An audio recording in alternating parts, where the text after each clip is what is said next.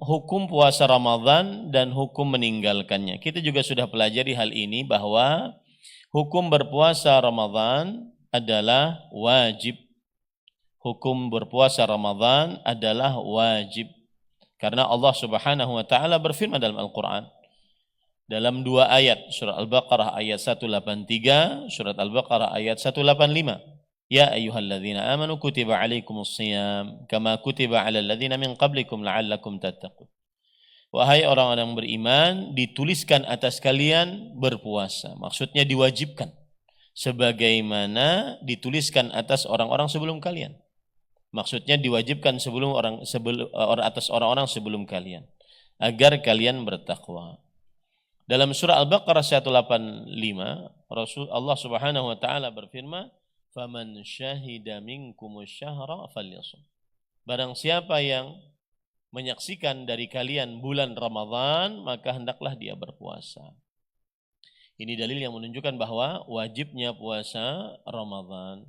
Dan adapun yang berkaitan dengan hukum meninggalkan puasa Ramadan, maka jika meninggalkan puasa Ramadan karena mengingkari kewajiban puasa Ramadan, kita sudah sebutkan bahwa ini adalah kafir, keluar dari agama Islam meskipun dia berpuasa. Kalau ditanya apa hukum puasa Ramadan, dia katakan tidak wajib, maka ini hukumnya kafir. Tapi Ustaz, yang buka-buka puasa Ramadan saat bulan puasa itu, apakah mereka mengingkari? Tidak. Mereka tidak mengingkari, cuma malas saja puasa. Warung-warung sakadup, malas saja puasa. Ya, tidak mengingkari. Kalau sampai mengingkari, maka berarti kafir. Baik, lalu bagaimana orang yang meninggalkan puasa Ramadan dengan sengaja? Karena malas dan karena meremehkan. Maka jawabannya dia telah melaksanakan perbuatan dosa besar. Dia melaksanakan perbuatan dosa besar dengan kesepakatan mazhab fikih yang 4. Dan saya lebih condong kepada pendapat ulama yang mengatakan tidak ada qada atasnya, tetapi dia bertaubat pada hari-hari yang dia sudah bertaubat kepada Allah Subhanahu wa taala. Tidak ada qada atasnya. Nah, kenapa? Karena puasa Ramadan ada waktunya yang tidak boleh dikerjakan kecuali pada waktu tersebut. Apabila dikerjakan di luar waktu Ramadan, maka berarti dia mengerjakan sesuatu yang tidak disyariatkan. Yang sesuatu yang tidak disyariatkan berarti itu adalah perbuatan bid'ah. Taib. Kemudian nomor 7, penetapan awal dan akhir Ramadan. Kita sebutkan bahwa penetapan awal dan akhir Ramadan ada 2 yang sudah kita pelajari. Yang pertama dengan ru'yah hilal, yang kedua dengan menyempurnakan jumlah bilangan bulan Sya'ban menjadi 30 hari. Atau menyempurnakan jumlah bilangan bulan Ramadan menjadi 30 hari untuk bulan Syawal. 2 ini saja yang merupakan syariat Rasulullah SAW. Dan ini berdasarkan ijma'. Maka kalau seandainya ada yang mengatakan bahwa menentukan bulan Ramadan selain dengan 2 cara ini, yaitu ru'yat hilal dan menyempurnakan bulan menjadi 30 hari, kalau seandainya tidak terlihat hilal, maka ini adalah perbuatan mengada-ngada menyelisihi ijma' kaum muslimin. Menyelisihi ijma' kaum muslimin. Taib. Sekarang kita masuk kepada hal yang baru, yaitu nomor 8. Golongan yang diberi keringanan tidak berpuasa. Golongan yang diberi keringanan tidak berpuasa. Taib. Yang pertama adalah sakit. Di dalam perkara sakit ini ada berbagai macam pembahasan. Yang pertama yaitu hukum berbuka puasa bagi orang yang sakit. Jawabannya adalah boleh. Orang yang sakit boleh tidak berpuasa di bulan Ramadan. Orang yang sakit boleh tidak berpuasa di bulan Ramadan. Dalilnya surah Al-Baqarah ayat 184. Faman kana minkum maridan aw ala safar fa'iddatun min ayyamin ukhra. Barang siapa dari kalian sakit atau bepergian, maka dia mengqadha di lain hari jika tidak berpuasa. Maka dia mengqadha di lain hari jika tidak berpuasa. Dan ini juga berdasarkan ijma' dinukil oleh para ulama. Di antaranya Ibnu Hazm menukilkan dalam kitab Maratibul Ijma', wattafaqu ala anna man adhahu al-marad ala anna man adhahu al-marad wa dha'ufa an as-shaum falahu an yuftir.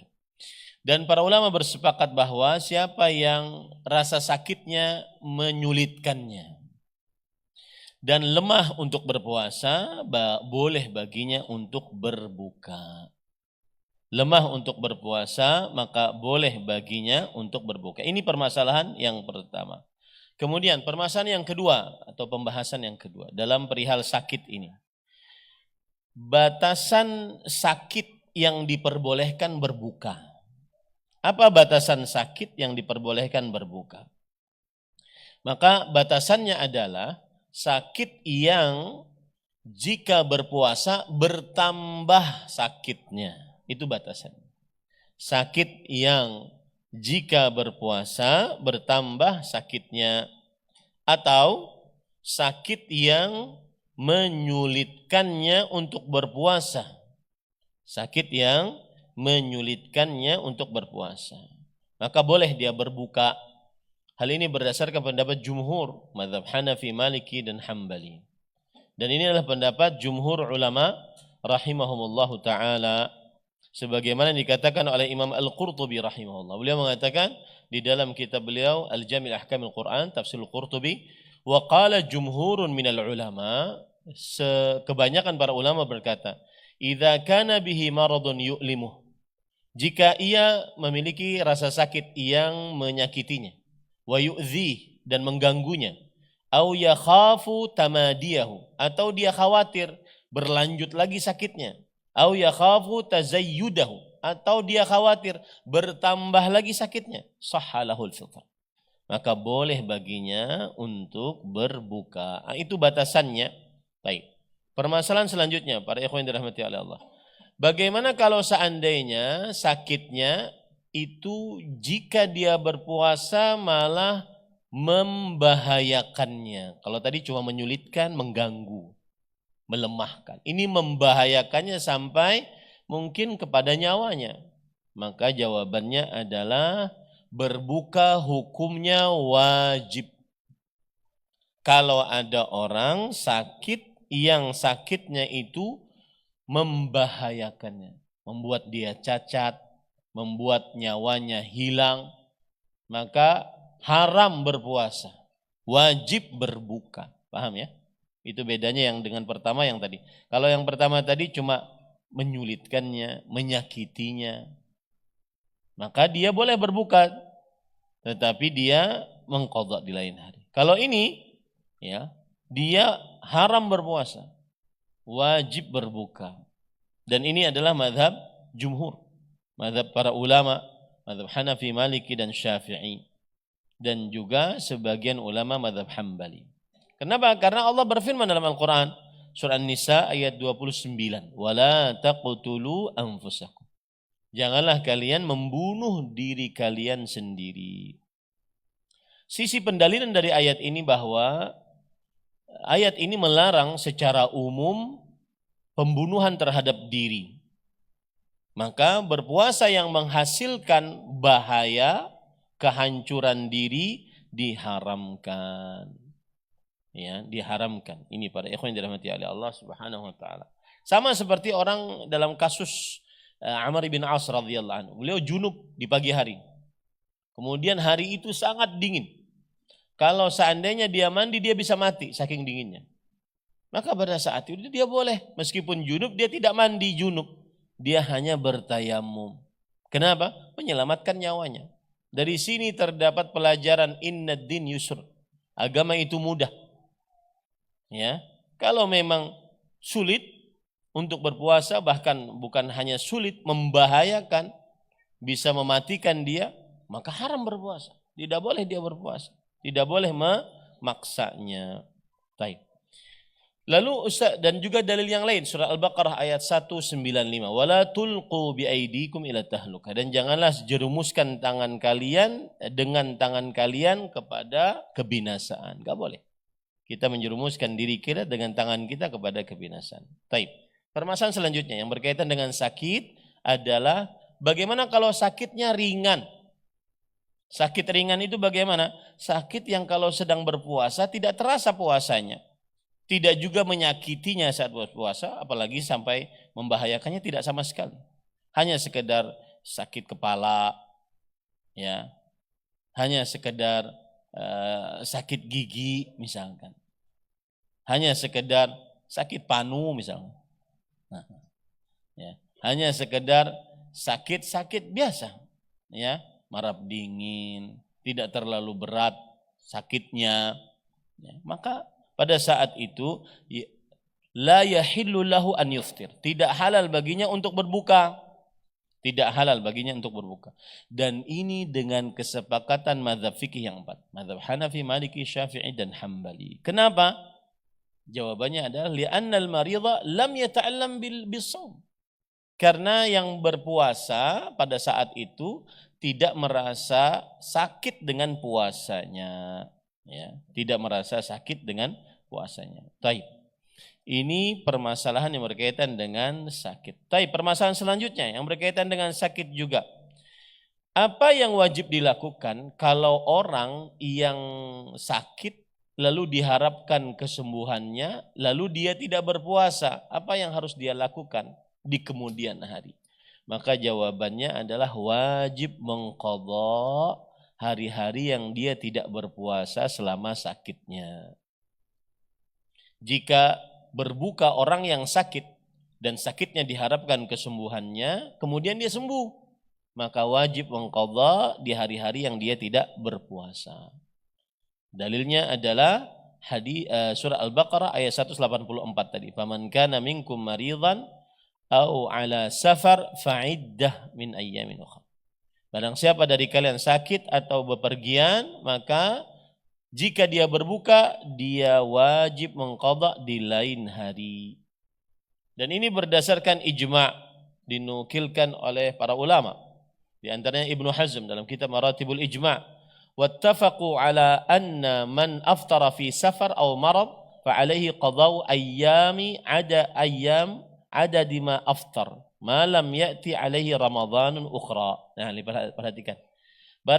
Para ulama bersepakat, siapa saja yang berbuka karena di dalam safarnya tidak berpuasa atau saat sakitnya, maka wajib mengqadha sejumlah hari-hari dia tidak berpuasa sebelum datang Ramadan selanjutnya.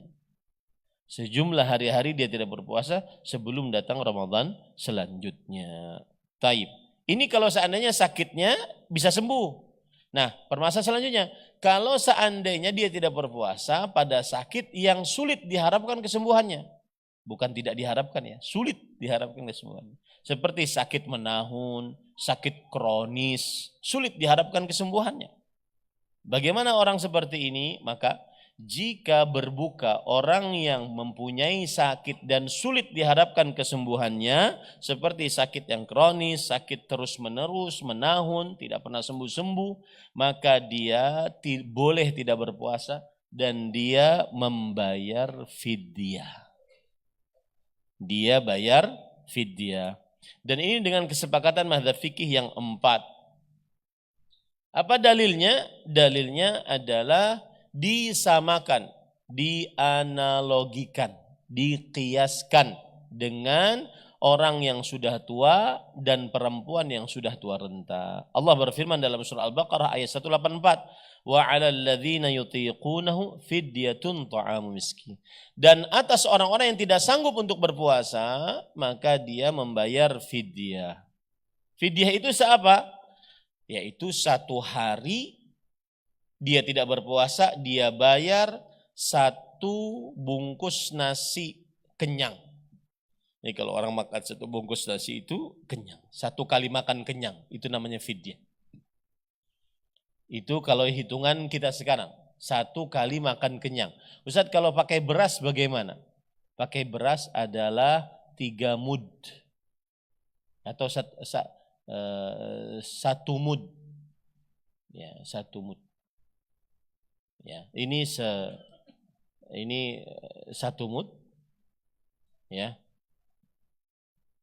1,5 mud, 1,5 mud. Sebagaimana dalam hadis Anas bin Malik radhiyallahu anhu. Ya, sebagaimana dalam hadis Anas bin Malik radhiyallahu anhu.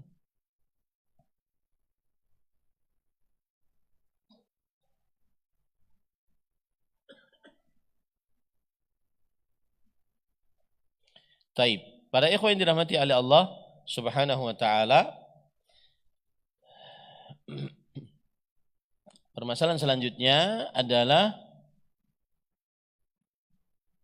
ya, sebagaimana sudah saya sebutkan tadi, yaitu memberi makan kepada seorang miskin 1 kali makan kenyang, tiga kali enggak, 1 kali makan kenyang. Nah, itu kira-kira 1 mud dari makanan, ya sekitar 750 gram. 750 gram dari makanan pokok yang ada di daerah tersebut. Taib. Kemudian selanjutnya, permasalahan yang berkaitan dengan sakit juga adalah, yaitu bolehkah orang yang sakit berpuasa? Jawabannya sah puasanya. Sah puasanya dengan mazhab fikih yang 4. Boleh. Dan ini berdasarkan ijma', ya, ijma'. Lalu permasalahan yang lain, jika di pagi hari orang sakit, ya,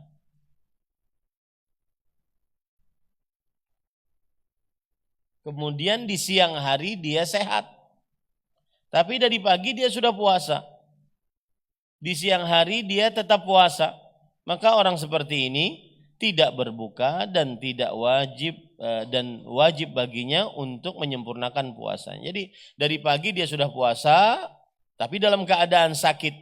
Kemudian di siang hari dia sehat, wah tambah lagi, berarti dia teruskan puasanya. Ini permasalahan selanjutnya. Permasalahan selanjutnya, kebalikannya, di pagi hari dia sakit tidak puasa, lalu siang hari karena minum obat mungkin sembuh. Nah, apakah sisa harinya ini dia tahan? Tidak makan, tidak minum? Paham ya Mas Malasnya? Taib. Jika ada seorang yang sakit berbuka puasa dari mulai pagi, kemudian hilang sakitnya di tengah hari, maka terjadi khilaf di antara para ulama. Apakah dia menahan ataukah dia tidak menahan? Pendapat ulama mazhab Maliki, Syafi'i, dan salah satu riwayat dari mazhab Hambali, dan ini pendapat Imam Ibnu Utsaimin rahimahullah, bahwa tidak wajib untuk menahan. Karena dari awal memang sudah tidak puasa, sudah sakit, cuma sembuh saja di siang hari. Tapi jangan mengunjai orang. Ya, di siang hari karena dia sudah sembuh, kemudian dari pagi hari memang dia tidak puasa, maka dia makan tengah orang banyak, enggak boleh. Ya. Pendapat yang kedua adalah mazhab Hanafi dan Hambali, yaitu bahwa wajib menahan. Kenapa demikian? Karena ketika dia sudah sehat, dia berarti menjadi ahli wajib lagi Ramadannya. Tapi dijawab oleh pendapat yang pertama bahwa toh nanti dia qadha juga di lain hari. Sudah cukup qadhanya di lain hari. Jadi tidak wajib dia untuk menahan. Sama seperti orang yang safar. Di pagi hari safar dan dia tidak puasa. Sampai ke rumah siang hari. Sampai ke rumah di siang hari. Dalam keadaan tidak berpuasa. Apakah dia sekarang menahan atau tidak menahan? Jawabannya tidak menahan. Artinya boleh makan, boleh minum. Ya. Nah. Taib. Kemudian permasalahan selanjutnya, para ikhwan dirahmati oleh Allah. Itu adalah golongan yang pertama yang diberikan keringanan tidak berpuasa, itu pertama orang sakit dengan segala macam pembahasan permasalahan fikih di dalamnya. Sekarang orang yang kedua yang diberi keringanan tidak berpuasa, yaitu musafir. Di dalam permasalahan ini terdapat berbagai macam permasalahan fikih. Yang pertama, hukum berbukanya orang musafir, hukum tidak berpuasanya orang musafir. Maka jawabannya diperbolehkan bagi orang yang bepergian untuk tidak berpuasa.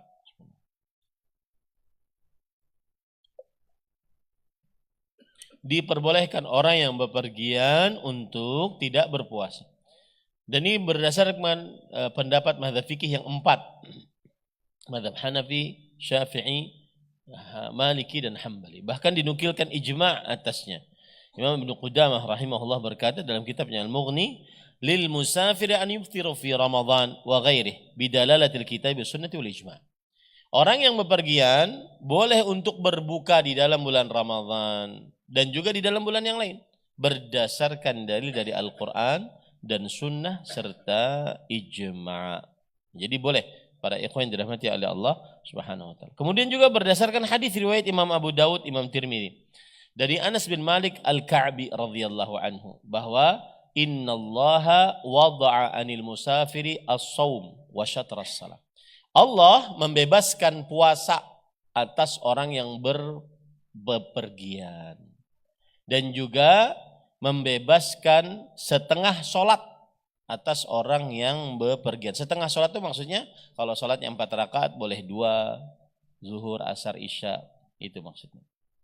Nah, berarti boleh bagi orang yang bepergian untuk berbuka di siang hari bulan Ramadan. Taib. Kemudian permasalahan selanjutnya yang berkaitan dengan musafir juga, hukum puasanya orang yang musafir yang tidak menyulitkan puasanya. Jadi dia musafir tapi tidak sulit puasanya. Tidak terganggu puasanya, tidak merasa sulit dengan puasa. Sama seperti orang pergi dari Banjarmasin naik pesawat ke Jakarta, kemudian tidak capek dia. Cuma 1 jam 40 menit, tidak capek. Ya. Apa hukumnya dia berpuasa? Maka jawabannya para ikhwan yang dirahmati oleh Allah Subhanahu wa taala, perhatikan baik-baik. Jika puasa tidak menyulitkan orang yang bersafar, dia berpuasa atau tidak berpuasa sama saja, aman, tidak sulit, tidak capek, tidak berat. Maka terjadi khilaf di antara para ulama. Pendapat yang pertama yaitu berpuasa lebih afdal. Jadi pian milih boleh puasa atau tidak. Maka pendapat yang pertama puasa lebih afdal, lebih baik, lebih utama. Dan ini adalah pendapat jumhur, mazhab Hanafi, Maliki dan Syafi'i, dan dipilih oleh Imam Ibnu Utsaimin rahimahullahu taala. Dan dalilnya secara umum adalah surah Al-Baqarah ayat 184. Wa antasumu khairul lakum in kuntum ta'lamun. Berpuasalah kalian, itu lebih baik bagi kalian jika kalian mengetahuinya. Nah, kemudian dalil yang kedua adalah Nabi Muhammad SAW pernah berpuasa saat safar. Berarti boleh berpuasa saat safar. Seperti misalkan dalam hadis riwayat Imam Bukhari Muslim dari Abu Darda radhiyallahu anhu, beliau bercerita, kharajna ma'an Nabi SAW fi ba'di asfarihi fi yaumin har hatta yadha'a ar-rajulu yadahu ala ra'si min shiddatil har wa ma fina sha'im illa ma kana minan Nabi SAW wa bani Rawahah. Kami pernah bersafar bersama Rasulullah SAW pada musim panas, sampai-sampai seseorang meletakkan tangannya di kepalanya gara-gara saking panasnya. Tidak ada yang berpuasa saat itu kecuali Rasulullah SAW.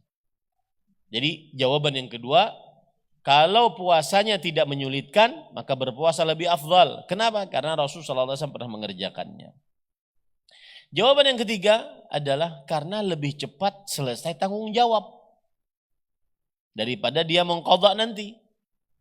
Lebih cepat selesai tanggung jawab daripada dia mengqadha di lain hari. Jawaban yang keempat adalah yaitu berpuasa dengan kaum muslimin lebih mudah baginya daripada dia mengqadha di lain hari sendirian. Lebih baik dia puasa. Puasanya tidak capek, tidak letih, tidak sulit. Lebih baik dia berpuasa bersama kaum muslimin. Yang kelima, berpuasa di bulan Ramadan lebih afdal daripada dia mengqadha di luar. Nah, itu 5 sebab mengapa kalau orang bersafar puasanya itu mudah, tidak sulit baginya, lebih baik dia berpuasa. Dan saya lebih condong kepada pendapat ini. Dan kebetulan ini pendapat jumhur lagi. Pendapat mayoritas para ulama. Ada pendapat yang kedua yang mengatakan berbuka lebih afdal. Mazhab Hambali. Dan sebagian pendapat ulama salaf. Di antaranya Abdullah bin Umar, Abdullah bin Abbas. Mereka berdua berkata, ar-rukhsatu afdal. Mengambil keringanan lebih afdal. Mengambil keringanan lebih afdal. Ini juga pendapatnya Sa'id bin Musayyab dari tabi'i, Amir bin Syarahil dari Sya'bi dari kalangan tabi'i, Mujahid, Qatadah, Al-Auza'i, Ahmad ibn Hanbal, Ishaq bin Rahawi, semuanya berpendapat bahwa al-fitru afdal. Bahwa berbuka lebih utama. Meskipun puasanya tidak menyulitkannya. Nah, mana yang pian pilih Ustaz? Sudah saya jawab tadi. Ya, sudah saya jawab tadi. Bahwasanya mereka berdalil dengan apa? Pendapat yang kedua ini. Mereka mengatakan, jadi ada orang bersafar bersama Rasulullah SAW. Lalu orang-orang mengerumuni seseorang, kemudian menutupinya dengan kain. Lalu Rasulullah SAW bertanya, "Mahadha?" Kenapa orang ini? Kemudian kata para sahabat, "Huwa sha'im." Orang ini berpuasa wahai Rasulullah. Lalu Rasulullah SAW bersabda, "Laisa minal bir as-shaumu fis safar." Bukan dari kebajikan berpuasa saat safar. Nah, berarti ini ada kesulitan. Beda lagi masalahnya. Yang kita masalahkan apa tadi? Puasanya tidak menyulitkannya. Jadi saya lebih condong kepada pendapat. Puasa kalau tidak menyulitkan di dalam safar, maka lebih afdal berpuasa daripada berbuka. Karena ada sebagian orang memudah-mudahkan. Apalagi kadang-kadang pengantin hanyar. Kita safar yuk. Ini kalau buka kita. Ya. Nah ini para ikhwan yang dirahmati oleh Allah. Taib. Permasalahan selanjutnya. Hukum puasa bagi orang musafir yang sulit untuk berpuasa. Jadi puasanya itu menyulitkan dia, memberatkan dia, sulit. Maka jawabannya adalah berbuka lebih afdal. Sama kayak tadi masalahnya, kayak sakit tadi. Berbuka lebih afdal. Kalau puasanya, safarnya malah membahayakannya kalau dia puasa bahaya. Saat safar, bahaya nyawanya dan seterusnya, maka wajib berbuka. Sama seperti sakit tadi. Ya, sama seperti sakit tadi. Wallahu a'lam. Taib. Kemudian permasalahan safar lanjutnya adalah bagaimana hukum puasa orang yang safarnya terus menerus tanpa henti. Seperti siapa coba? Supir bis. Bahkan kadang Pak supir bis ini kata si bosnya, kamu ke sana ya. Berapa hari bos? Ke sana aja pokoknya. Enggak ada urusan. Siapa lagi seperti ini?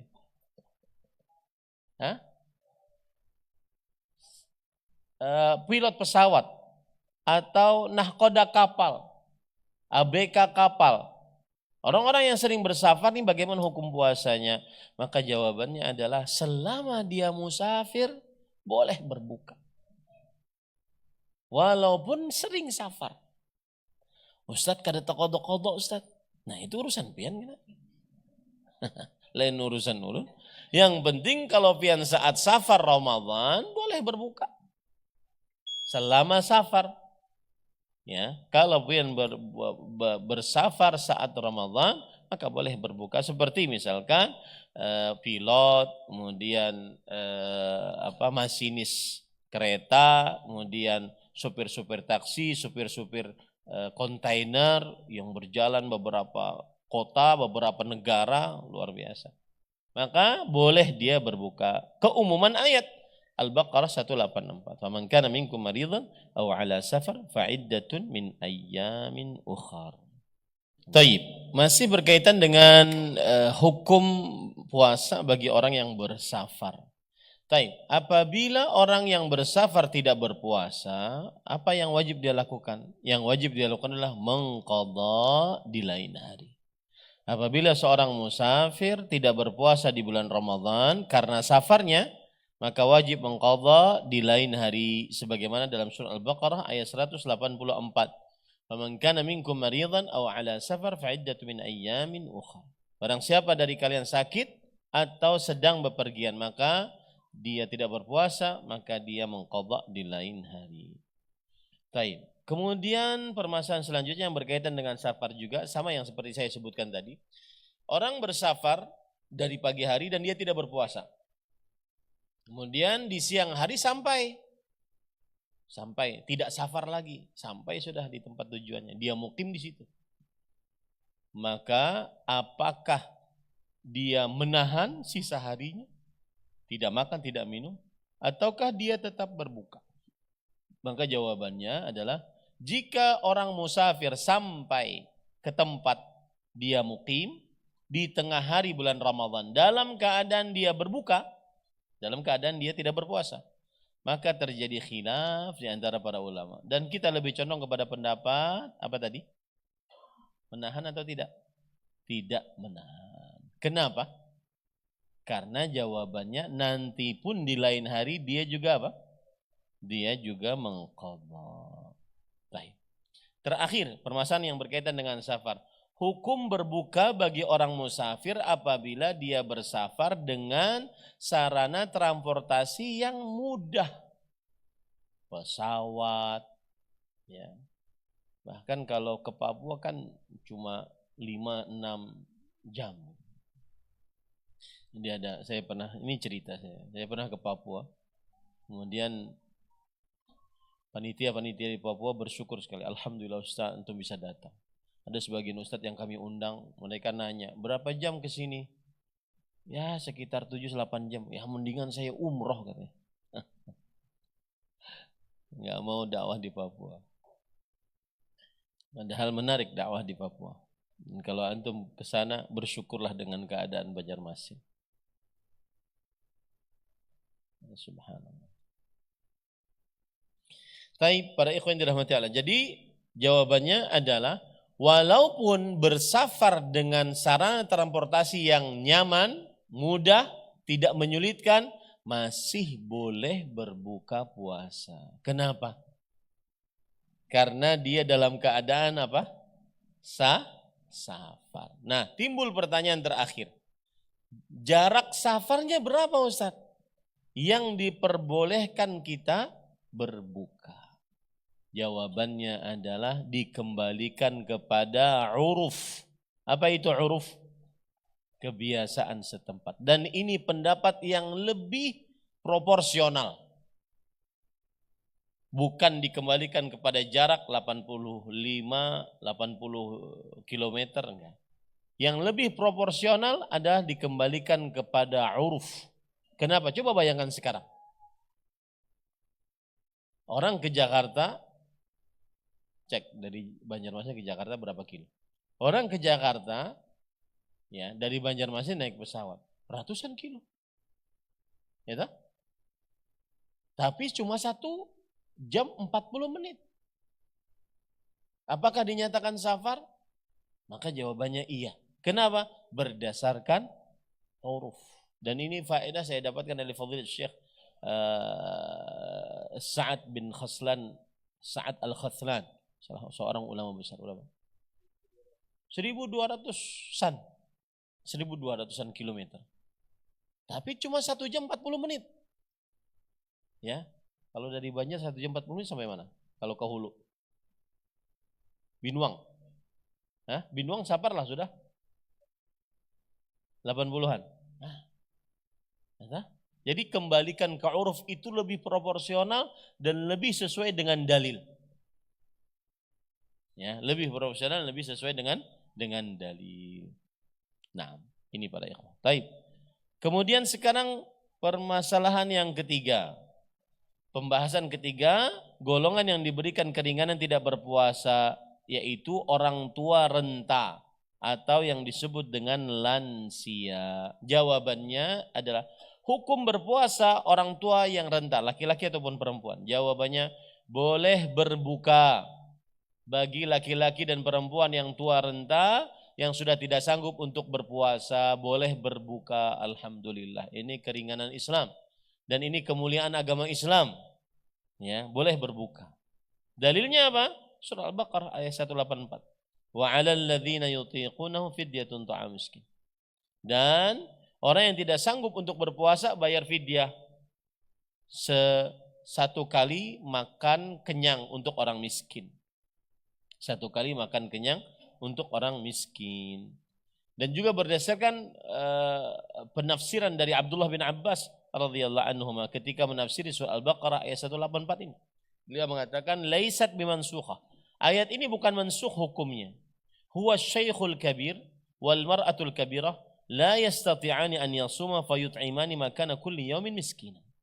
Dia adalah seorang lelaki tua, perempuan tua yang kedua-duanya tidak sanggup untuk berpuasa.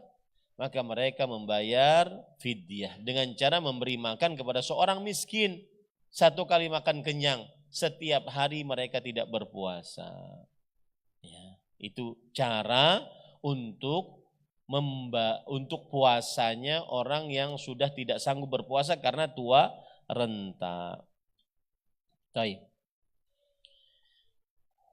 Nah, kemudian permasalahan yang keempat, golongan yang diberi keringanan tidak berpuasa, keempat yaitu wanita hamil dan menyusui. Maka jawabannya adalah dibolehkan ya, tidak diwajibkan, dibolehkan bagi wanita hamil dan menyusui untuk berbuka di bulan Ramadan. Artinya begini, kalau wanita hamil dan menyusui mau berpuasa boleh nggak? Boleh. Boleh juga berbuka. Bahkan saya punya pengalaman umum di rumah. Beliau beberapa kali hamil bulan Ramadan. Dan sanggup alhamdulillah berpuasa di bulan Ramadan. Ya, tetapi malamnya ya makan yang berenergi, susu, kurma. Waktu itu kami masih di Arab Saudi. Besoknya puasa. Nah, ini pelajaran bagi wanita hamil dan menyusui. Apabila Anda hamil dan menyusui, maka pada saat itu asal hukumnya tetap berpuasa. Kalau tidak sanggup baru boleh berbuka. Paham ya? Atau bahasanya boleh berpuasa, boleh juga berbuka. Begitu. Jadi usahakan puasa dulu. Gak sanggup Ustaz. Sepertinya lemah nih hendak siup. Nah, berbuka. Karena ada sebagian yang mengeluh, Ustaz, tahun ini saya hamil. Tahun depan saya menyusui. Tahun depannya lagi hamil lagi. Tahun depannya lagi menyusui lagi. Kenapa bisa begitu? Karena suami kada diizinkan poligami, jadi ulun terus digarapnya. Akhirnya seperti ini. Kapan saya mengqadha'nya? Nah, nanti kita akan bahas masalah itu. Apa yang dilakukan oleh orang wanita hamil dan menyusui? Yang jelas seperti yang saya ungkapkan tadi bahwa wanita hamil dan menyusui dibolehkan untuk berbuka di siang hari bulan Ramadan. Walaupun dia takut terhadap dirinya saja, atau takut terhadap janinnya saja, atau takut terhadap dua-duanya, dirinya dan janinnya. Kalau ulun sih kuat Ustaz, cuma bayinya bergarak-garak. Itu berarti takut kepada janinnya. Ya, takut kepada apa? Janinnya. Maka para ikhwan yang dirahmati oleh Allah, dalilnya apa? Boleh berbuka ini. Hadis riwayat Tirmidzi dari Anas bin Malik Al-Ka'bi radhiyallahu anhu. Inna Allah azza wa jalla wada'a 'anil musafiri syatras salah wa 'anil musafiri wal hamil wal murdi as-sama aw as-siyam. Sesungguhnya Allah azza wa jalla membebaskan atas orang musafir setengah salat. Artinya boleh mengqashar. Dan Allah juga membebaskan atas orang musafir dan wanita hamil, wanita menyusui puasa. Jadi digandengkan ini, penggandengan ini nanti penting. Allah membebaskan bagi orang yang musafir, wanita hamil dan menyusui puasa. Boleh tidak berpuasa bagi orang musafir, bagi wanita hamil, bagi menyusui. Saya ingatkan sekali lagi, hadis ini terjadi penggandengan antara musafir, wanita hamil dan menyusui. Nanti itu hukumnya penting. Hadis ini penting nanti pada hukumnya. Taib. Sekarang masih berkaitan dengan wanita hamil dan menyusui. Apa yang harus dilakukan oleh wanita hamil dan menyusui kalau tidak berpuasa di bulan Ramadan? Di lain hari apa yang harus dilakukan? Apakah dia bayar fidyah seperti lelaki dan perempuan yang tua renta tadi? Seperti orang sakit yang kronis tahun menahun tidak sembuh tadi?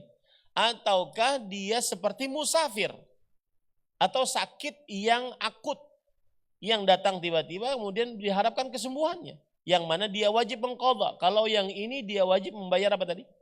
Fidyah. Kalau yang ini wajib membayar qadha saja. Maka jawabannya wanita hamil dan menyusui laksana musafir. Karena tadi digandengkan. Allah membebaskan bagi orang musafir dan wanita hamil dan menyusui puasa. Para ulama mengatakan ini namanya dalalatul iqtiran, pendalilan secara penggandengan. Maka hukumnya kadang-kadang mengambil sama hukumnya. Musafir tidak berpuasa, hukumnya apa? Wajib mengqadha. Maka begitu juga wanita hamil dan menyusui tidak puasa mengqadha. Kenapa? Karena digandengkan dalam satu hadis. Ya, digandengkan dalam satu hadis. Taib. Sekali lagi, baik ini karena dia takut terhadap dirinya tidak sanggup untuk berpuasa atau takut kepada janinnya. Karena kadang-kadang kalau kurang asupan makanan, sang janin bisa cacat, bisa kekurangan makanan dan seterusnya. Ini bahaya untuk janinnya. Walaupun dia takut terhadap dirinya atau terhadap janinnya atau terhadap dua-duanya, maka pendapat yang kita lebih condong kepadanya, pendapat ulama adalah mengqadha saja, tidak membayar fidyah. Nah itu yang saya ucapkan tadi. Ustadz, tahun ini hamil, tahun depan menyusui. Sudah 2 bulan tuh, 30 hari misalkan. Tahun depan hamil pulang. Apabila ulun mengqadhanya, busiah mati. Maka yang seperti ini, kita katakan tetap dia wajib mengqadha selama mampu. Kalau perlu ditahan dulu suaminya tuh. Atau diizinkan poligami. Nah, itu ngaliham. Tahan dulu suaminya. Kalau benar-benar Ustadz enggak sanggup, Ustadz, lemah. Saya lemah sepanjang tahun lemah. Maka pada saat itu berarti berpindah dia dari hukum sakit yang akut bisa sembuh kepada hukum yang sakit kronis menahun. Sulit diharapkan kesembuhannya. Atau dikiaskan, dianalogikan seperti orang tua, renta, lansia, laki-laki dan perempuan tadi. Yang mana apa hukumnya? Dia harus bayar apa? Fidyah. Begitu ya, paham ya? Nah. Taib. Permasalahan selanjutnya, para ikhwan yang dirahmati oleh Allah Subhanahu wa taala. Nah, ini sering terjadi nih. Hukum puasa bagi orang yang bekerja keras. Kerjanya berat, bekerja berat, bukan keras, bekerja berat, kerjanya berat. Apa hukum puasanya? Seperti apa? Kuli bangunan, kuli pasar, tukang beca, apalagi? Kuli pangkul, ya, kuli bakul, dan seterusnya lah. Yang berat-berat. Maka jawabannya pada ikhwan dirahmati oleh Allah Subhanahu wa taala bahwa orang-orang yang kerjanya berat, mereka tetap diwajibkan untuk berpuasa.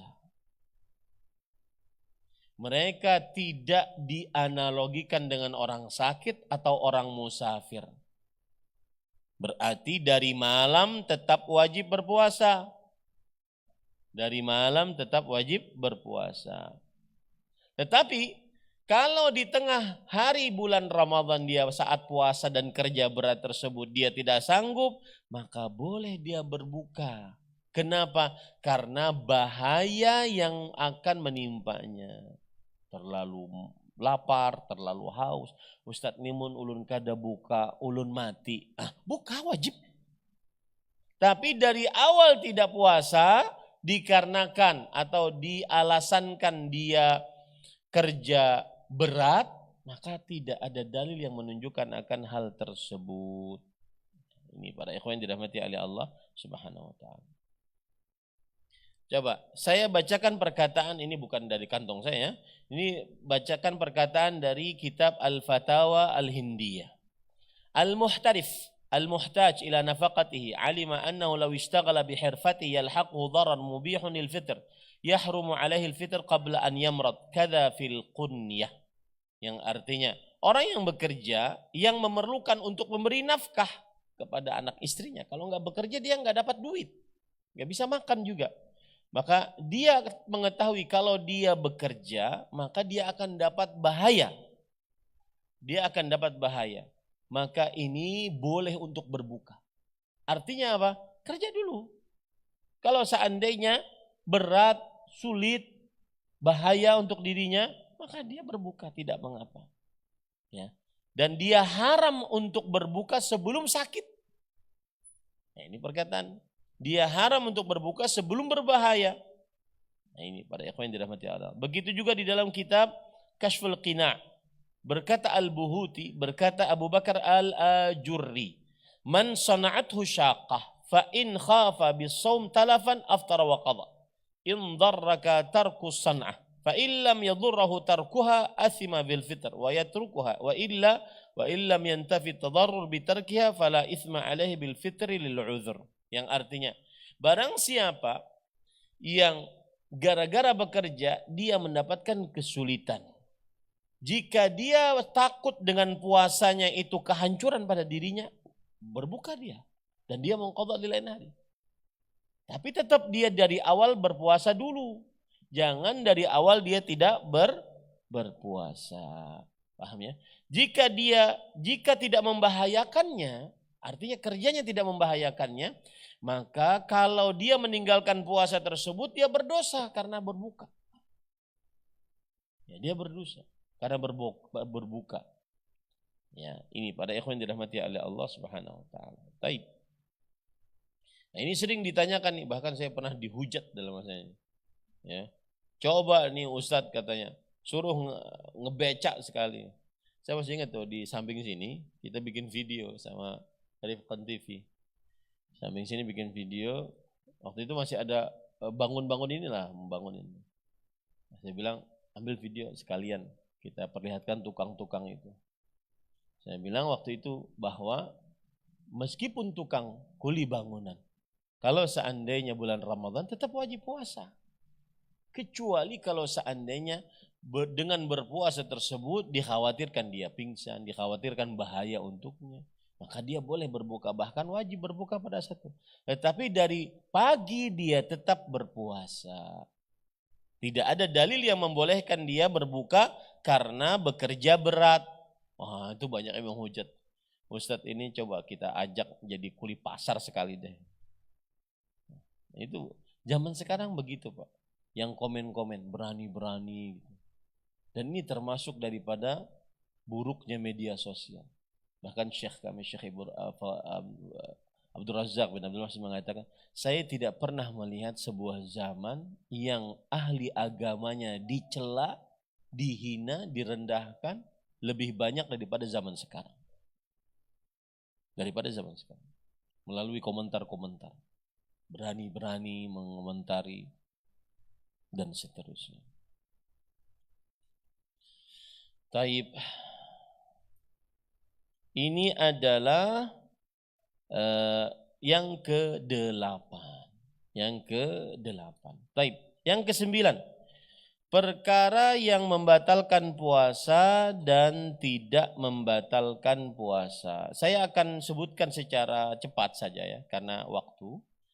Perkara yang membatalkan puasa, dan ini perhatian kepada DKM Masjid. Insya Allah pekan depan terakhir kajian untuk Islam intensif pekan depan. Dan bagi bapak-bapak, ibu-ibu yang ingin ikut ujiannya, kita ada ujiannya ini Pak. Melalui Google Form, nanti bisa mengirimkan nomornya ke nomor DKM Masjid Imam Syafi'i. Ya, dan nanti ketika menjawab langsung ada nilainya. Langsung ada nilainya. Ya, mudah-mudahan yang dapat hadiah, yang dapat 100 dapat hadiah. Mudah-mudahan. Ya. Ya. Kita kada tahu, mungkin umroh. Ya. Yalah. Taib. Yang jelas, dan pekan depan insyaallah taala kita kajian umum. sebagai penutup dengan tema berburu berkah Ramadan. Ya, jadi pekan depan, Rabu depan, penutup kajian Islam intensif dengan kajian umum dengan tema berburu berkah Ramadan. Taib. Adapun malam ini kita selesaikan apa saja yang membatalkan puasa. Yang pertama adalah makan dan minum. Ini jelas, makan dan minum membatalkan puasa. Ya. Tidak ada khilaf di antara para ulama. Surah Al-Baqarah ayat 187. Wa kulu washrabu hatta yatabayyana lakumul khaytul abyad minal khaytil aswad minal fajr. Makan dan minum sampai jelas bagi kalian benang putih dari benang hitam karena masuk waktu fajar. Tsumma atimmus syama ilal lail. Kemudian sempurnakanlah puasa sampai malam. Baik. Kemudian yang permasalahan selanjutnya adalah kalau ada orang sengaja pas puasa, di tengah puasa, makan dan minum, apa yang wajib bagi dia? Lakukan. Yang pertama, dia bertobat. Karena itu berdosa besar. Batal puasa dengan sengaja tanpa ada alasan yang dibenarkan oleh syariat. Yang kedua, dia wajib mengqadha di lain hari puasanya itu. Yang ketiga, dia menahan, misalkan batal puasa jam 10, masuk warung sekadep jam 10. Maka pada saat itu dari jam 10 sampai maghrib tidak boleh makan, tidak boleh minum, tidak. Jadi nggak ada manfaat. Ya, ini pada ikhwan yang dirahmati Allah. Adapun makan dan minum yang karena lupa maka sah puasanya, asalkan bujuran kada ingat. Mun pura-pura kada ingat jangan. Ya, ini pada ikhwan yang dirahmati Allah. Permasalahan selanjutnya yang berkaitan dengan hal tersebut, yaitu apa hukum menelan ludah saat berpuasa? Jawabannya tidak membatalkan puasa. Taib. Apa hukum menelan, apa sih yang makanan yang ada di tengah-tengah gigi itu apa ngarannya? Bahasa Banjarnya. Kesulitan. Sisa makanan lah. Sisa makanan yang ada di tengah-tengah gigi. Pas di tengah hari bulan Ramadan keluar sih. Ditaguk. Daging nggak pulang jawab. Pas jadi. Maka jawabannya adalah ya, yang seperti ini apabila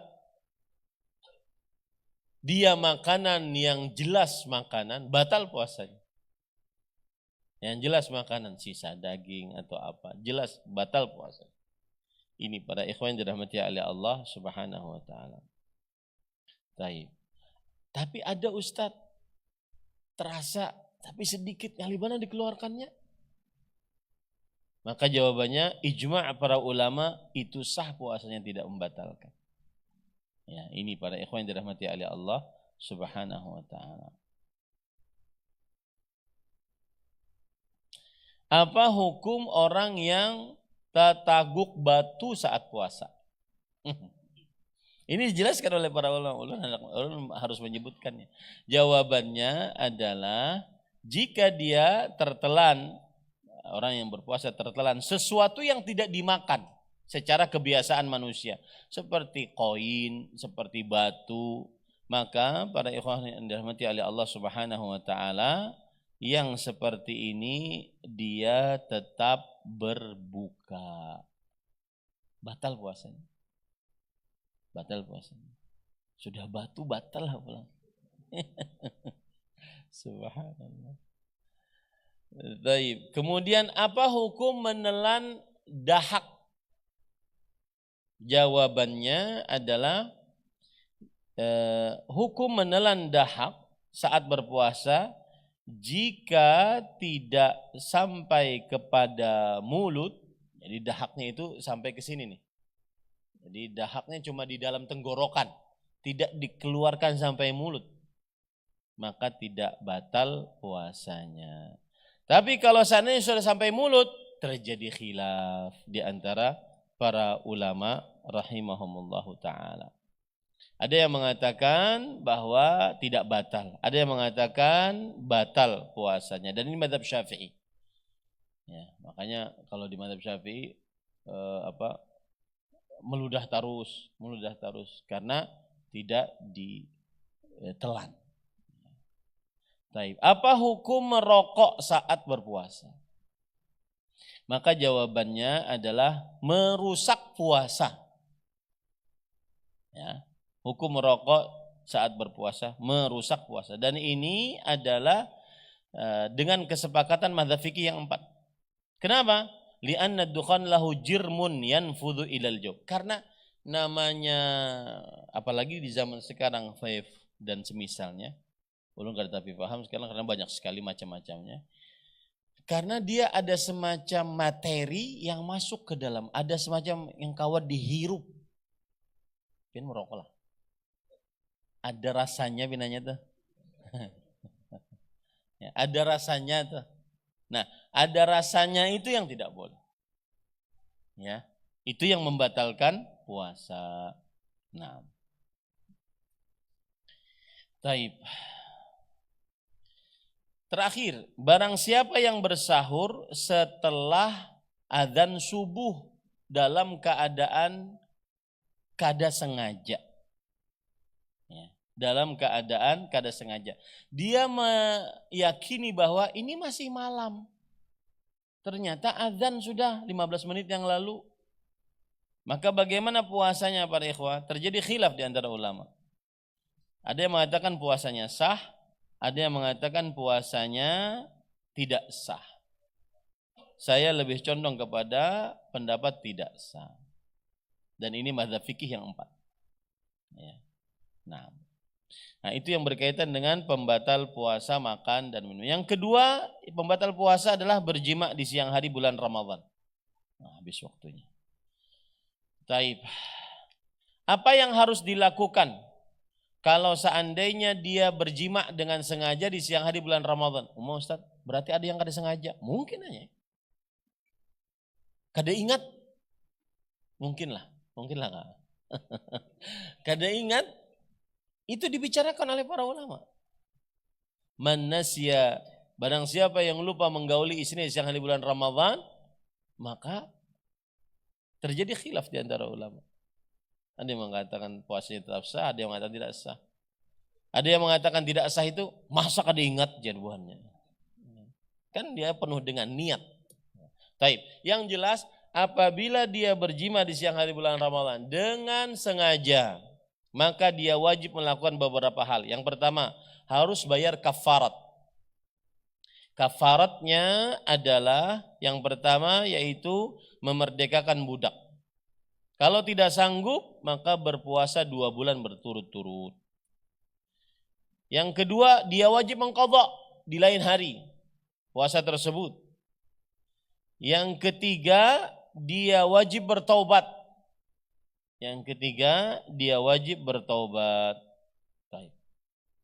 Selesai permasalahan tersebut.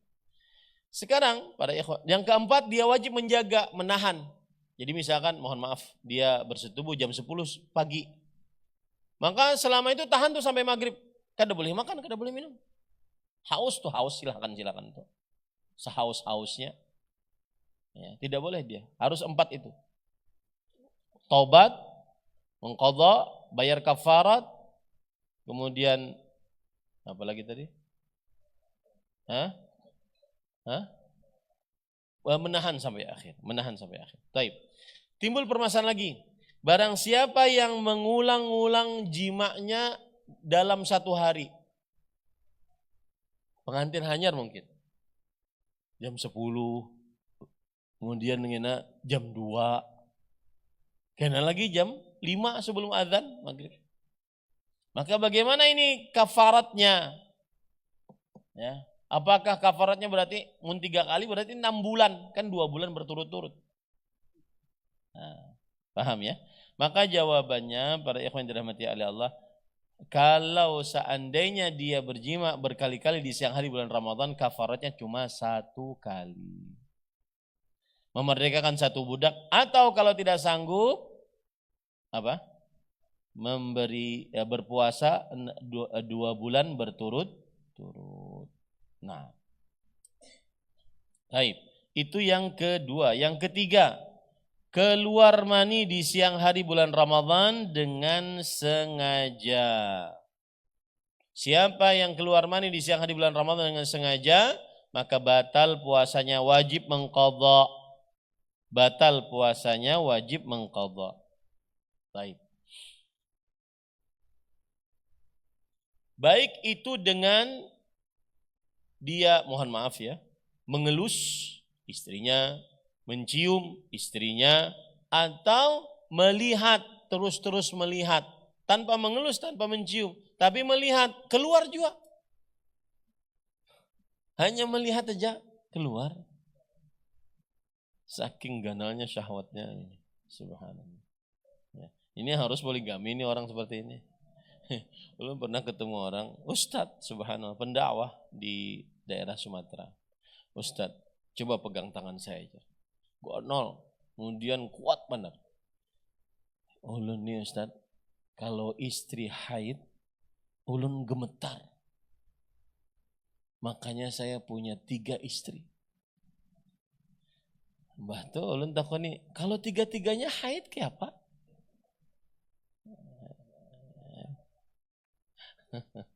Ya, artinya para ikhwah, dunia poligami tidak semua laki-laki masuk. Ya. Mas Denny kelihatan aja kok gonol awak. Ya. Belum tentu kuat. Tidak semua. Yang paling utama kuat duitnya, kuat fisiknya, dan paling utama lagi, ini perhatikan, kuat perasaannya. Karena ulun rancak jadi wasit. Wallahi, ini wasit lebih menyulitkan daripada prakteknya. Yang satu gempuran kanan, kena gempuran kiri. Ustadz, padahal kan lawan laki ulun kayak ini. Si laki, padahal kan lawan bini ulun Ustadz kayak ini. Oke, apa kisah kita nih? Nah, ini para ikhwan yang dirahmati oleh Allah. Kenapa ke poligami kita nih? Taib.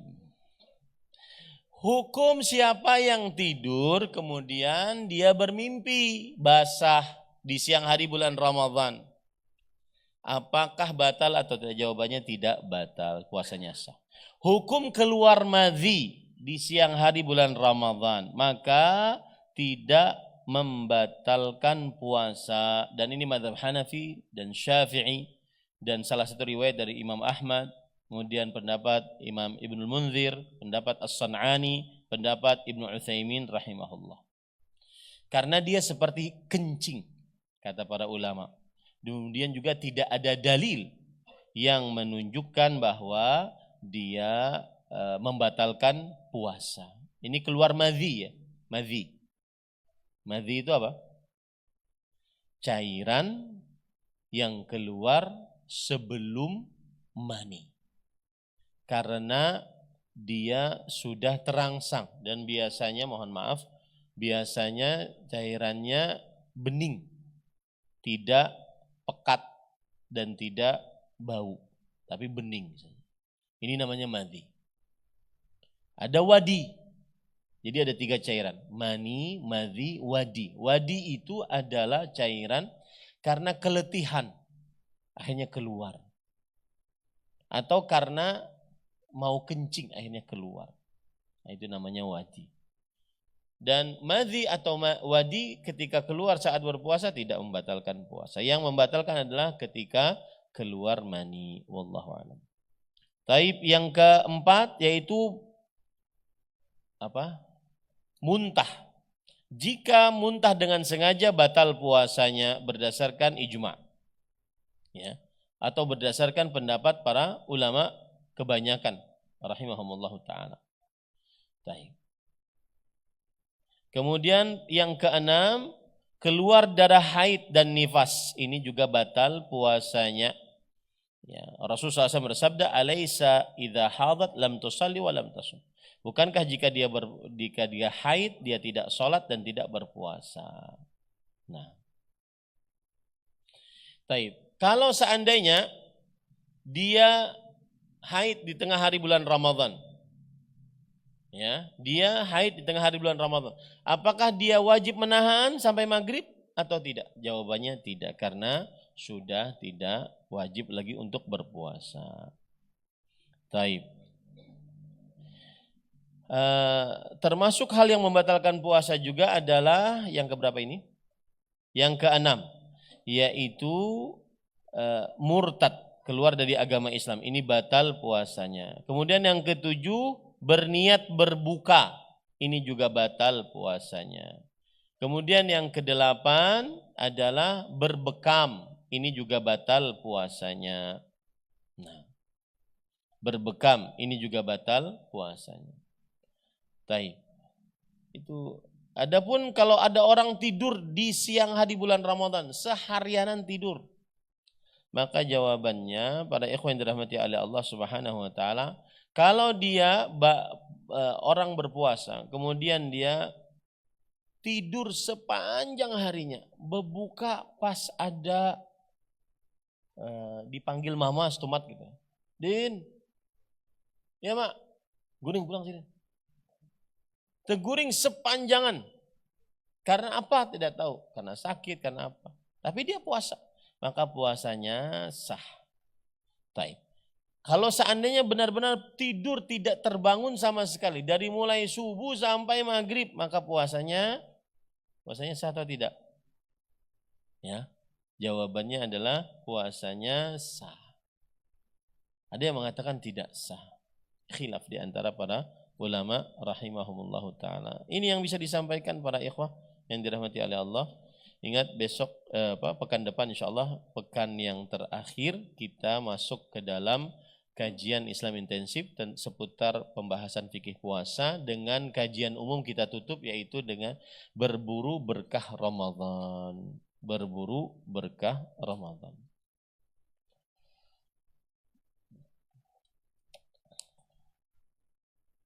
Nah, mohon izin kita baca pertanyaan beberapa poin. Ini saya dahulukan yang menulis di sini. Bagaimana sikap yang benar ketika suami kita puasa bid'ah, sedangkan puasa wajibnya ada berhutang, kada dibayar, dan dia minta banguni sahur, dan kada ulun kawani berbuka, tapi kada ulun banguni karena ulun sangkal, mengambil dalil cari aman, tidak boleh tolong menolong dalam ketaatan, dan ketaatan kepada laki kada mukhlah, maksudnya apa? Kada mutlak. Taib. Maksudnya mungkin begini, langsung aja, puasa nisfu Sya'ban. Puasa nisfu Sya'ban itu puasa bid'ah. Tidak ada dalilnya dari Al-Quran atau hadis Rasul sallallahu alaihi wasallam. Dalilnya bahkan hadis palsu. Idza kana lailatul nisfi min Sya'ban faqumu lailaha wa sumu naharaha. Ini hadis palsu. Jika pada malam pertengahan bulan Sya'ban, maka beribadahlah di malam harinya dan berpuasalah pada pagi harinya. Ini puasa yang tidak ada contohnya dari Rasul sallallahu alaihi wasallam. Siapa yang menganjurkan wajib mendatangkan dalil yang sahih dari hadis Rasul sallallahu alaihi wasallam. Ya. Puasa yang kadang-kadang berdasarkan hadis sahih tidak semasyhur nisfu Sya'ban, seperti puasa Arafah, puasa Asyura, padahal pahalanya besar. Kenapa puasa yang tidak ada dalil sahihnya, tidak dicontohkan oleh Rasul sallallahu alaihi wasallam, tidak juga para sahabat, dilakukan dan masyhur di tengah kita? Ini sangat menyedihkan. Itu satu. Yang kedua, tidak boleh tolong menolong di dalam kemaksiatan. Maka lebih baik seorang istri menasihati suaminya, jika ingin berpuasa, puasa sunnah saja. Tidak usah berpuasa khusus nisfu Sya'ban. Tidak ada dalil puasa khusus nisfu Sya'ban. Tidak ada dalil puasa khusus nisfu Sya'ban. Kalaupun ada dalilnya tidak sahih. Bahkan sebagian ada yang palsu. lemah sekali, tidak bisa dijadikan sebagai sandaran hukum untuk beramal. Kemudian belum dikerjakan oleh Nabi Muhammad SAW dan para sahabatnya radhiyallahu anhu. Maka tidak boleh tolong menolong. Dan ketaatan, perhatikan Pak Niko. Bagi para istri perhatikan, ketaatan kepada suami bagi seorang istri tidak mutlak. Ketaatan kepada seorang suami hanya di dalam perkara yang ma'ruf. Yang tidak ma'ruf tidak boleh taat. La ta'ata li makhluqin fi ma'siyatil khaliq. Tidak ada ketaatan untuk seorang makhluk dalam perihal bermaksiat kepada Allah Subhanahu wa taala. Adapun kalau ada orang ingin pas nisfu Sya'ban kemarin, hari apa itu? Kemarin kah? Hah? Hari Selasa. Kalau misalkan bertepatan hari Senin, bertepatan hari Kamis dan dia ingin berpuasa, silahkan. Atau kalau memang itu kebiasaan dia berpuasa, maka silahkan saja. Ya, tetapi mengkhususkan puasa nisfu Sya'ban memerlukan dalil dan contoh dari Rasulullah SAW. Wallahu a'lam. Bagaimana hukum menggunakan obat kumur saat siang hari saat berpuasa? Biasanya orang-orang yang saya sebutkan dalil-dalil seperti tadi, ya, paling tuduhannya dasar Wahabi, tuduhan paling gampang, atau kurang baca nih si Udin, paling begitu-gitu aja. Bagaimana hukum menggunakan obat kumur saat siang hari saat berpuasa? Jawabannya boleh, asalkan tidak terkena tenggorokan. Termasuk di dalamnya nanti kita akan sebutkan besok hari, pekan depan, menggosok gigi dengan pasta gigi dan berkumur-kumur dengan mouthwash, ya, obat kumur, obat basuh mulut. Boleh, asalkan tidak terkena tenggorokan. Bolehnya kapan Ustaz? Sebelum zuhur atau setelah zuhur? Kapan saja. Yang mengatakan boleh di pagi hari, tidak boleh setelah zuhur, mereka mengatakan bahwasanya kita ini, bau mulut kita yang sedang berpuasa lebih disukai oleh Allah dibandingkan minyak wangi misik. Maka kita harus pertahankan bau mulut tersebut. Makanya sidin kada menggosok-gosok gigi. Maka jawabannya Nabi Muhammad SAW bersiwak. Dan ini menunjukkan membersihkan mulut. Dan siwak bisa disamakan dengan sikat gigi tujuannya. Kemudian hadis yang menunjukkan la khalufa min sha'im atyabu 'inda min rihil misik, bau mulut orang yang sedang berpuasa lebih disukai oleh Allah, lebih wangi di sisi Allah dibandingkan minyak wangi misik. Itu bukan berarti kita menjaga bau mulut, enggak. Tapi memang orang yang sedang berpuasa, karena di dalam dirinya sedang terjadi detoksifikasi akibat puasa, maka keluar bau mulutnya. Ya, bukan karena dia sedang berpuasa, bukan kemudian kita jaga bau mulutnya, enggak. Tapi karena memang itu sudah sewajarnya orang yang sedang berpuasa keluar bau mulutnya. Nah, seperti itu. Wallahu a'lam.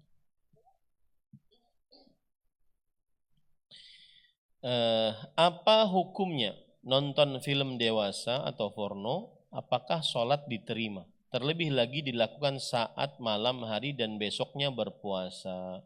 Jawabannya adalah orang yang melakukan maksiat lalu dia sholat, maka sholatnya jika mengumpulkan syarat, kewajiban dan rukunnya, sholatnya sah secara hukum fikih. Masalah diterima atau tidak diterima urusan siapa? Allah. Ya, seperti itu. Nah, mungkin yang menjadi pertanyaan, kenapa Ustadz sholatnya tidak mencegahnya untuk melihat yang haram? Banyak sebabnya. Jawabannya salah satunya adalah mungkin sholatnya tidak khusyuk.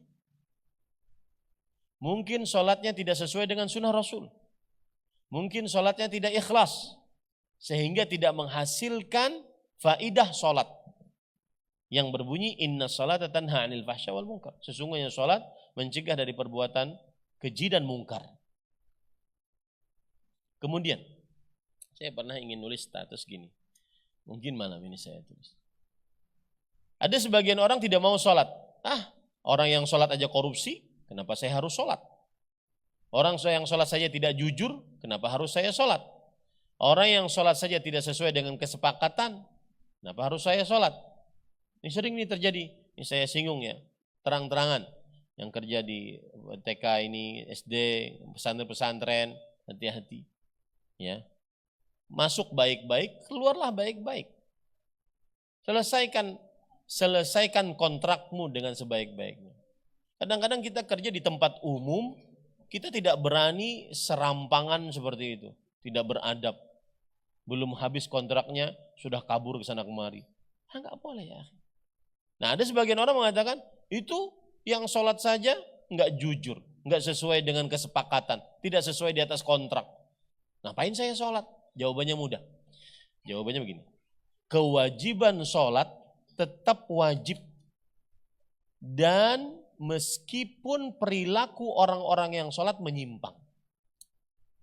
Tidak ada kaitannya kewajiban sholat dengan perilaku orang yang menyimpang. Paham nggak? Tidak ada kaitannya. Kewajiban sholat tetap wajib. Karena ada sebagian orang, saya pernah diperlihatkan, nih Ustaz, coba bantah nih Ustaz. Dia nggak mau sholat karena yang sholat juga nggak adab. Lagi ngobrol main HP. Korupsi, tidak punya rasa takut. Padahal dia sholat, ahli masjid kadang-kadang. Maka jawabannya adalah kewajiban sholat tidak terpengaruh dengan perilaku orang-orang yang sholat. Paham nggak maksud saya? Tetap wajib sholatnya. Nah, kemudian para ikhwan, sama juga dia mengatakan terlebih lagi dilakukan saat malam hari dan besoknya berpuasa. Jawabannya, puasanya selama melaksanakan syarat rukun dan kewajiban sah secara hukum fikih.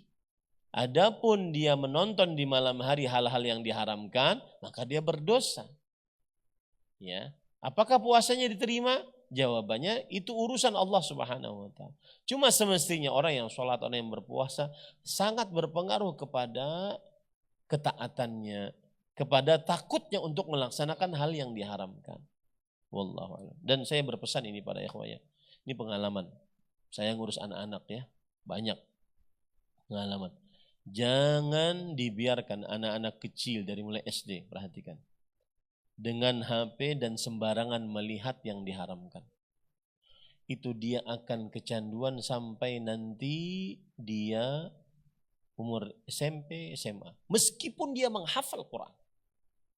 Dan itu sangat berpengaruh dengan kelakuannya di pesantren ataupun di lembaga pendidikan. Tontonan yang membuat anak tersebut, mohon maaf, masturbasi. Tontonan yang membuat anak tersebut melakukan hal-hal yang diharamkan. Tontonan. Dan itu tontonan dari mulai semenjak dini, hati-hati. Karena kita berhadapan dengan zaman yang anak-anak bisa melihat hal yang haram dari mulai semenjak dini. Hati-hati yang punya anak-anak, ya, agar kita tidak mudah, agar kita mudah kelak dihisap oleh Allah Subhanahu wa taala. Karena kita ini menikah bukan hanya urusan menikah selesai, punya anak selesai, enggak. Ada tanggung jawab yang akan dimintai pertanggungjawaban oleh Allah Subhanahu wa taala. Wallahu a'lam. Baik. Terakhir,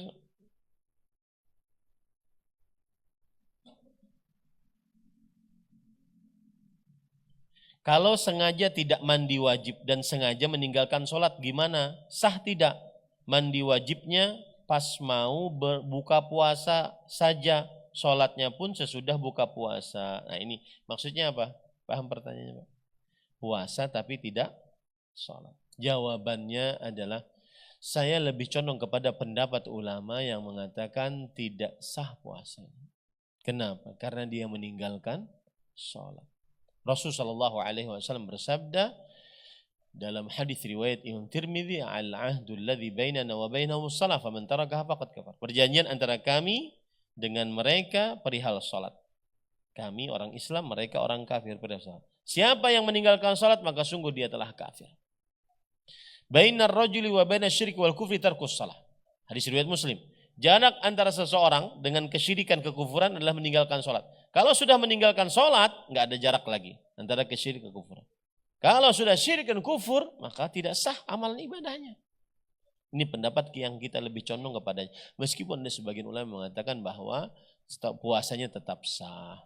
Tapi saya lebih condong kepada pendapat mengatakan bahwa puasanya tidak sah. Wallahu a'lam. Ini yang bisa disampaikan. Wallahu a'lam. Nah, satu lagi ada pertanyaan langsung ini. Bagaimana cara menghadapi orang toksik dan problematik yang apabila dikawani mengalihi, kada dikawani menyambati? Kalau di lingkungan kami ada acara, sidin itu dibawai kada rami, kada dibawai koar-koar sana sini. Rasanya kami selalu salah di matanya, dibaiki malah menjadi-jadi, dilawani malah merasa terzalimi, dinasihati merasa benar tersendiri. Banyak teman-teman yang kalau bicara sama sidin, sidin curhat merasa tersakiti. Kata-katanya macam manis di mulut, lain di hati. Sampai suatu ketika bertemu teman baik hati yang bilang supaya menjauhi, jangan peduli. Daripada merusak hati karena kalau berteman bakal kesal lagi.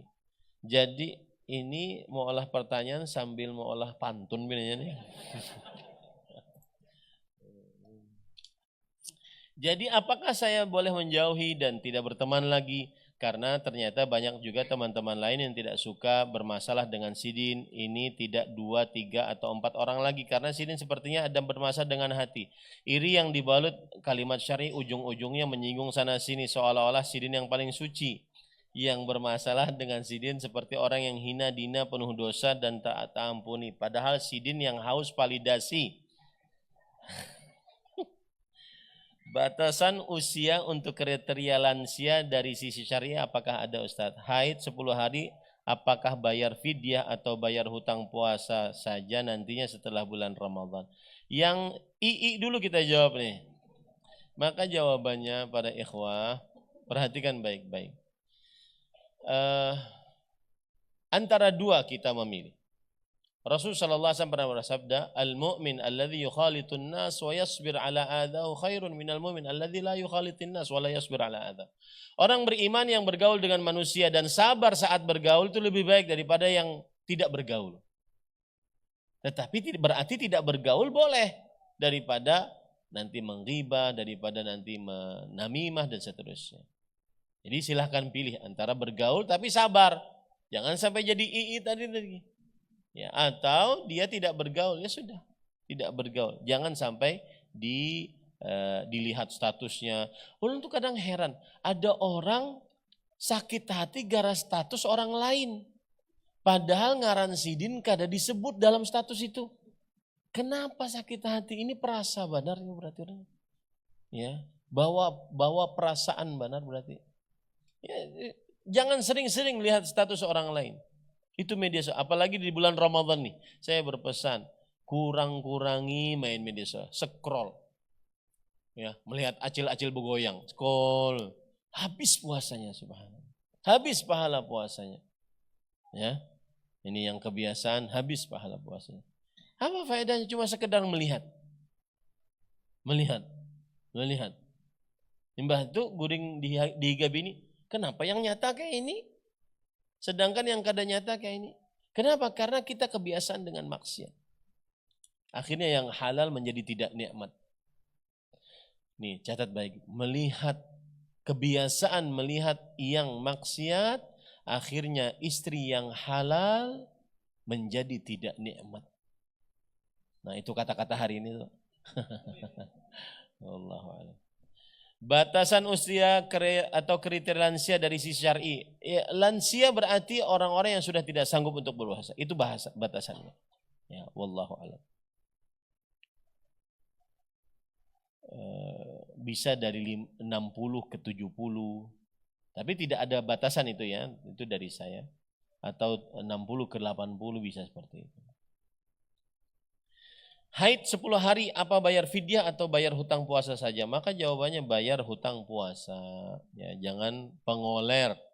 Bayar hutang puasa. Wallahu a'lam. Sallallahu Nabi Muhammad walhamdulillahirabbil alamin. Mohon maaf sampai jam 9 ya.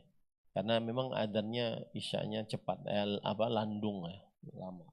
Subhanakallah bihamdik asyhadu an la ilaha illa anta astaghfiruka wa atubu ilaik. Wassalamualaikum warahmatullahi wabarakatuh.